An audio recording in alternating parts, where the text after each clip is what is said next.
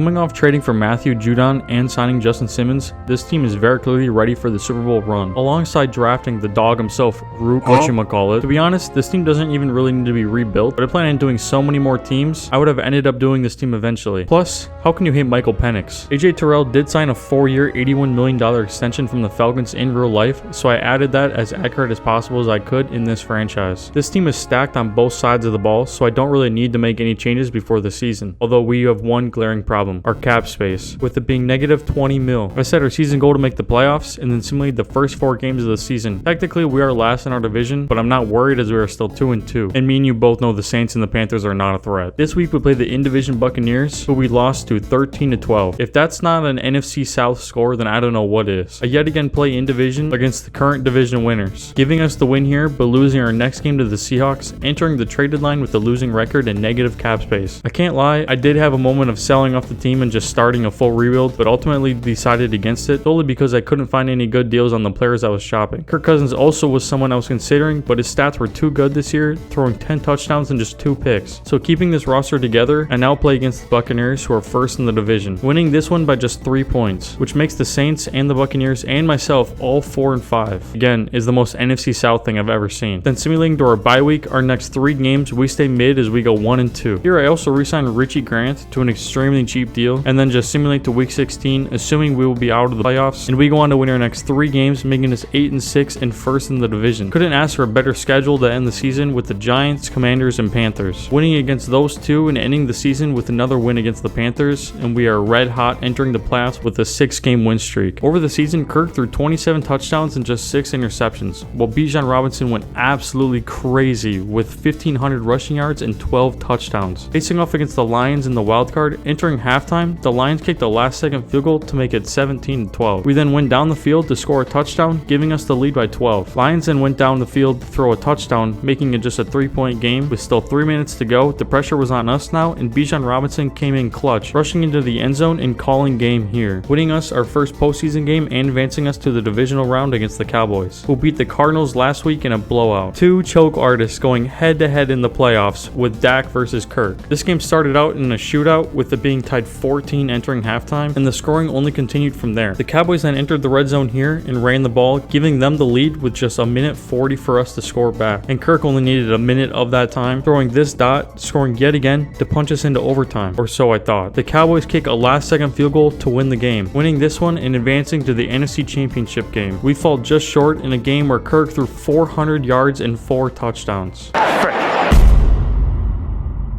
Entering Season 2, we have a big problem. Both Matthew Judon and Rondale Moore need contract extensions, so then give it to them. Well, we have -2 in cap space, and that's after I just cut over 20 players. To make things short, they're gone, which is a shame because Judon hit X Factor. Just to clear up some more money for free agency, I made some trades, sending Justin Simmons to Jacksonville for a 3rd-round pick, to then go out and sign Justin Simmons' replacement, Julian Love.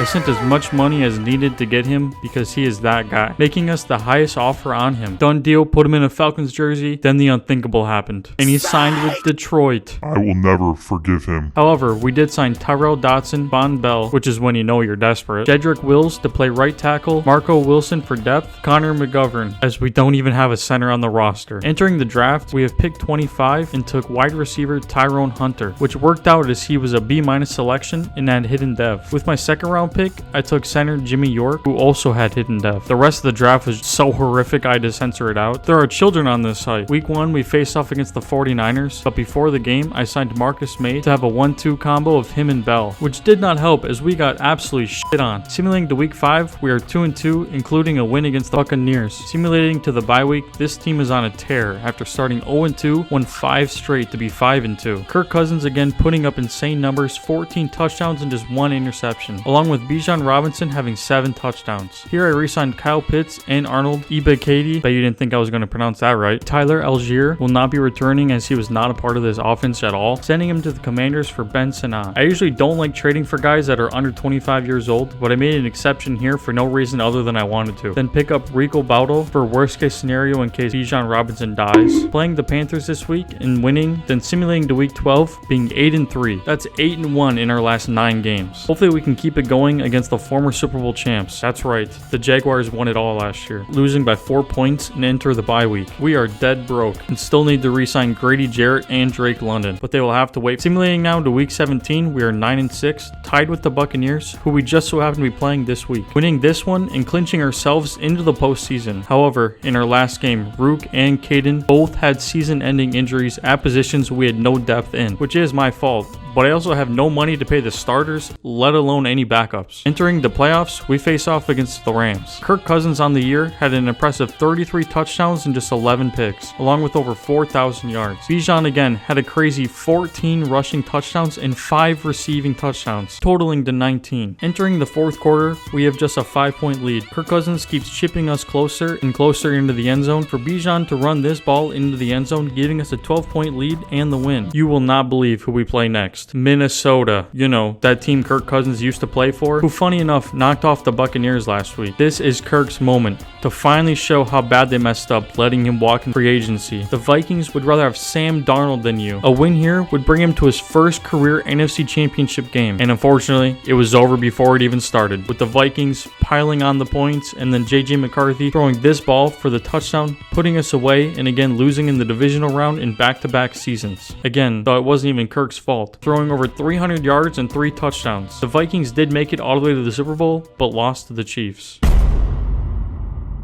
Re-signing Drake London is the immediate priority, as he had a breakout season last year, giving him the bag he deserves, and yet he still wouldn't sign for that, forcing me to have to franchise tag him for $32 million. I also accepted Bijan's 5th-year option, which will be cheaper down the line, giving us no money for free agency. There is one way I can free up money, however, trading away Kirk Cousins to the Rams for Ernest Jones. I know, I'm not happy about it either, making this now Michael Penix's team. Also trading away Darnell Mooney to the Bears for Gervon Dexter, giving us enough money to go out and sign a lot of key pieces. Charles Cross, Khalil Mack, moving him to left end to replace Grady Jarrett, Kyler Gordon, Christian Watson to replace Darnell Mooney, Grover Stewart, Jordan Whitehead to be our new strong safety, then pick up Traylon Burks, Preston Smith, Zamir White, and Nick Cross just for depth pieces. Trading away Kirk Cousins and Darnell Mooney turned into this many players. Advancing to the draft, we have the 28th pick and took free safety Cordell Burney, and then drafted left guard Owen Burks with hidden depth. Then snagged another DT in the 3rd round with hidden as well. In total, this draft was way better than last year's. This is the offense and defense for the upcoming season. This team solely relies on Penix. I set our season goal to make the playoffs, and week 1 we faced off against the Buccaneers, winning this one 45-17. Penix in his first game threw 5 touchdowns and over 350 yards. We may have a stud on our hands, and we keep that momentum going, winning our next 3 games, and Penix has still not stopped, throwing 13 touchdowns in just 4 games. I doubled down on this team to the media, told them that we will win at least 12 games this year, but we have a true challenge this week against the Chiefs, who may just be the best team in football right now with these numbers, and they were too much as they dropped 42 points on us. But next week we get our revenge on the Vikings from last season in the playoffs, beating them 38-3, entering the bye week and trade deadline 5-1. Here I re-signed Jesse Bates to another 4 years and locked up Drake London to a very deserved contract. Keeping our O-line together, also got Matthew Bergeron and Jedrick Wills on new contracts for the rest of the rebuild. Penix again is absolutely dealing, 2nd in the league with throwing touchdowns, just behind Mahomes. Also, the rookie I just drafted already surpassed Whitehead and is now the starter at strong safety. This team is on fire, so I didn't want to make any trades to change that, simulating past the deadline and beating the Cowboys 27-19. Then simulate all the way to week 15, and this team hasn't lost a game since, being 12-1. We have already clinched the division and have the 1 seed, with the Eagles being the 2 seed at 10-3. Win out and we're locked in, although we did drop 1 to the Bucks, winning week 17 but then losing week 18 to end the season. Thankfully still earned the number 1 seed. It is a little scary as we finished 2-2 and Michael Penix cooled down a lot to end the year, but both of our losses was by a combined 8 points, so those games could have went either way. Still in the year did way better than expected with over 4,000 yards and 30 touchdowns. Bijan again is just going nuclear, one-upping himself the year prior, rushing for 21 touchdowns, being the most by a player since 2006, although still only has superstar, and I changed that myself as this type of season deserves X. And the keys to the city. Drake London also went nuts, having 11 touchdowns and 1,400 receiving yards. Christian Watson was brought on for just depth and turned into a serious piece of this offense. Tyrone Hunter, the rookie we drafted last year, also having 7 touchdowns on the year. Jeez, I'm running out of breath. This team went absolutely crazy. Entering the playoffs, we face off against the Niners, who only made it because they won their division. Did I forget to mention they have Grader at quarterback? We scored first, but then they scored 10 unanswered until the 4th quarter quarter where we scored another touchdown and took the lead back. Then they came back to score again, giving them the lead. And again, the 49ers got the ball and are in the red zone. We need to hold them to a field goal to have any chance in this game now. Then Ritter scrambles into the end zone, making it a 10-point game. We need to go down the field and score quickly, and Penix does exactly that, throwing this ball to Drake London, making it only a 3-point game. We attempt an onside kick to get the ball back, but unfortunately could not recover, letting the Niners kneel this ball out and winning this game by 3 points. How do we still lose in the divisional round after the season we had? But hey, at least we won Coach of the Year, right?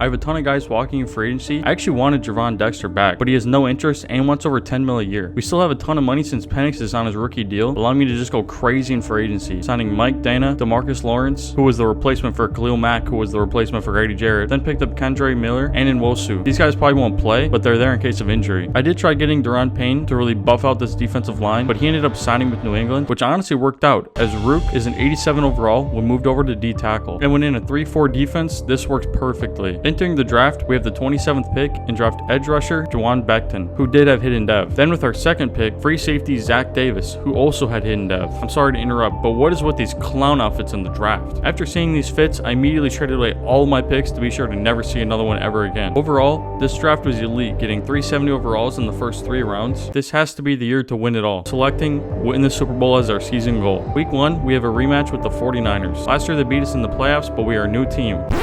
Just kidding, they beat us again. And this team is collapsing, losing our first 4 games, with having the best roster we've ever had. I'm starting to think last season was a fluke for Michael Penix. Simulating to the trade deadline, I'm indifferent. We won 3 straight, making us 3-4. And originally I was deciding to just trade away the older guys, thinking I'd be 2-5, but instead I elected to keep this core together, but making subtle depth pieces, trading away Dotson, Nwosu, and Whitehead for cap relief, making room for Bijan Robinson's new contract, and for... I don't feel good about it. Michael Penix. Very well could be a one-year wonder, but giving him 50+ mil a year. There was no way I was going into the last season of this rebuild without knowing who my QB was going to be. Simulating past the trade deadline into our bye week, winners of 3 straight, making us 6-4. I then restructured Jesse Bates' contract to help then re-sign Rook to another 2 years with the team. Simulating again to week 16, we are 10-4, not losing a game since week 4. I will need to keep that up as the division is only a game apart right now. Not only that, but the 1 seed has a 5-way tie. Playing the 1-13 Giants, we win, and then beating the Eagles next week, and then defeating the Cowboys the following week to win out on the season and earn the 1 seed. Michael Penix turned his season completely around, putting up MVP numbers, throwing 49 touchdowns to just 10 interceptions. Drake London had yet again another monster season with 1,500 yards and 15 touchdowns, giving him X Factor. Also, our backup DT might be a god, getting 7 sacks in a season where he barely even played, which was second on the team. We now play the Cowboys, the team we just beat to end the season, and we have a tight game entering halftime, just a 3-point game. The Cowboys came out and scored right away, and both teams stalling until midway through the 4th, taking the lead back, and on a 3rd and 12 with this lead on the line, Penix throws a screen pass to Bijan and gets tackled just short of the first down. Fuck it, I'm going in. 4th and 1, not getting this will surely end in a loss. Thankfully, we do get it, and the Falcons are able to just keep running out the clock before I kick this field goal, cause fuck them, that's why. Winning this playoff game, which feels so good to say. Advancing us to the NFC Championship game for the first time at this rebuild. You won't believe who we play next. San Francisco. And I'm coming for revenge. They still have Ritter, by the way, and he's been dealing, throwing 40 touchdowns last year and 17 this year in just 7 games. We score first, then battle back and forth into halftime until we start taking over, leading this game by 2 touchdowns. Nearly channeling our inner Kyle Shanahan, choking away this lead until Michael Penis throws this dot into the back of the end zone, putting the Niners away and winning this one to advance us into the Super Bowl again for the first time this rebuild. Surely Michael Penix's season was enough to win MVP, right? Oh, we went to JJ McCarthy? He must have went off. Can we get a hashtag justice for Penix in the comments, please? Anyway, to the Super Bowl, playing against CJ Stroud and the Texans. For one of these franchises, they will become first-time Super Bowl champs today. Honestly, blink and you might have missed it, as we went up 24-0 by just halftime. We carried that lead with us throughout the game, winning this one by 20 points and finally bringing that sweet, sweet trophy to Atlanta for the first time. Finally, I can just sit back and take it all in. Wait, we still have another season.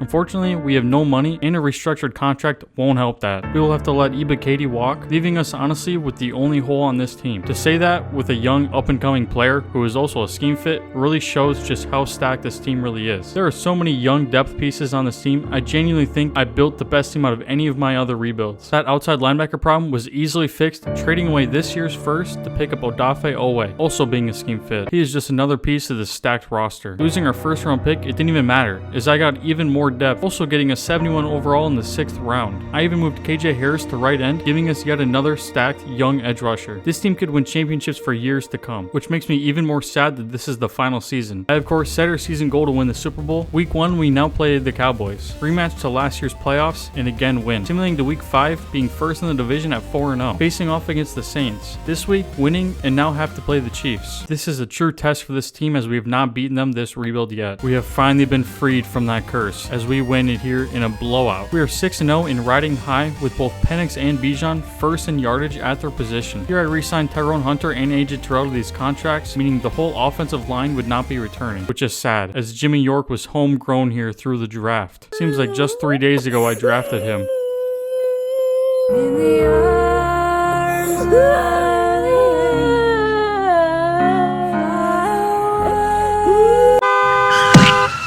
We entered the trade deadline, but with this team, I don't really think we can upgrade anywhere else. Simulating past to week 11, where we are still undefeated and play against a team who was second in the division with the Panthers. We unfortunately lost, ending our perfect season. And then simulate all the way to week 16 and we are 13-1. I noticed the Buccaneers started making some noise, so I checked in on the roster, and you won't believe it. They have Kirk Cousins at quarterback. Honestly, I traded him away and never looked back. His overall has only gotten better with age. I thought he'd be out of the league by now. We ended the season at 16-1, so close to a perfect season, which obviously was enough for the 1 seed. Simulating to the divisional round, I swear I'm not making this up, where we play the Buccaneers. The storylines that have come from this rebuild needs to be a book. Kirk Cousins versus his former team yet again, just like we did when he was our starting quarterback. Michael Penix again had another MVP caliber season, along with our other 2 guys again going off. I'm not even shocked anymore, it's just expected. My nerves were at its peak with this game. Losing to Kirk would be such an embarrassment, and it delivered, as this game was as close as it gets. Whenever we scored, they scored. Buccaneers down 8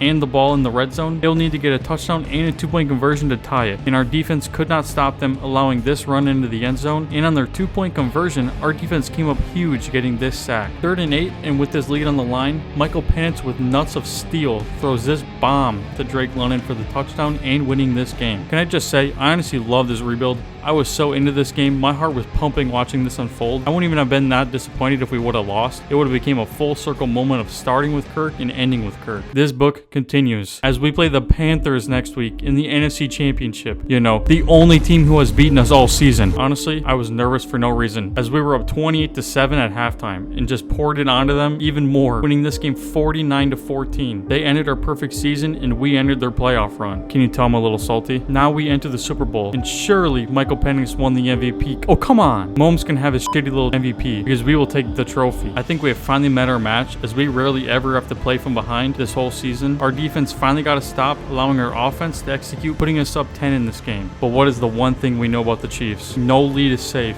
They make it just a 3-point game, and we need to convert on this 3rd and 12. Penix throwing this ball to Kyle Pitts, who turns upfield, getting the first, who honestly haven't given enough credit to this rebuild. Entering the red zone, this game is over. Except Penix throws this ball and he gets picked off. Thankfully, tackled him though, preventing a pick 6. Our defense needs to stop them, and Mahomes throws this ball to Rashee Rice, and he speeds past his defender to get into the end zone, now giving them the lead. This is Michael Penix's time to shine, chipping away at this Chiefs defense to get closer to the end zone until he takes this sack on 3rd down, making it 4th and 21. We need a miracle in the most important play of the game. Penix throws this up and he gets knocked down by the Chiefs, and they win the Super Bowl in what was the craziest game in this entire rebuild. I can't end this series off on a loss in the Super Bowl like that, so I decided I'll be streaming 2 more seasons on my YouTube channel. I had a ton of fun with this series, and I hope you guys will join me there this Monday at 3 p.m. Central Time. This series was honestly a ton of fun. Subscribe if you want to see more videos just like this, as I plan on doing way more teams in the future, and drop a like if you did enjoy to help boost my channel a little bit more. I'm sorry if you're a 49ers fan. I made 90% of this franchise just making fun of them.